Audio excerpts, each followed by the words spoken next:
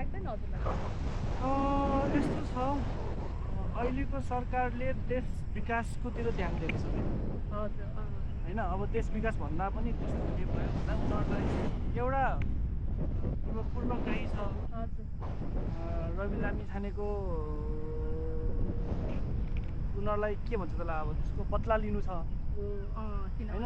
अर्को भनेको तपाईँको देश विकासका लागि बनिएका नियमहरू फेर्नु छ, त्यो पाटो अर्को रह्यो। अनि अर्को भनेको बजेट एलोकेसन।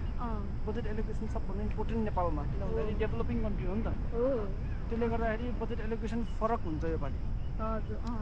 अनि तपाईँको त्यसले गर्दाखेरि यतातिर ध्यान पुग्दैन क्या होइन। अब के अरे होला गर्दै होला, तर मेन फोकस उता हुने भएको भएर उता चेन्ज गर्न पनि भएको भएर यतापट्टि हुँदैन क्या। तर पहिलाको भन्दा अहिलेकोले गर्छ, बेटर छ है, धेरै बेटर छ। धेरै बेटर छ। यतिको त हुनु पऱ्यो नि। हजुरको घर चाहिँ पोखरा यता कता? बिरौटा। बिरौटा भनेको तपाईँको त्यो डोमेस्टिक एयरपोर्ट देख्नुभयो यहाँबाट, त्यसकै छेउमा। इन्टरनेसनल उतापट्टिको भयो, यता डोमेस्टिक भयो।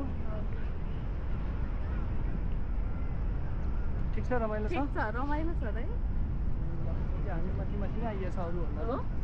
अघिको हामीभन्दा माथि भएको तल पुगेछौँ हरियोलाई।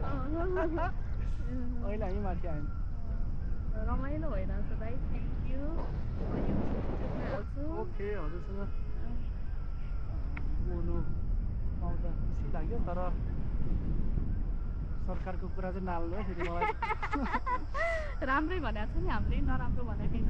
होइन, भरे फेरि बदला लिनु छ, यो गर्नु छ भनेर त्यो चाहिँ काट्छु नि त। रियालिटी हो नि त, रियालिटी हो, तर त पचाउँदैन क्या। ल, त्यही हो मलाई।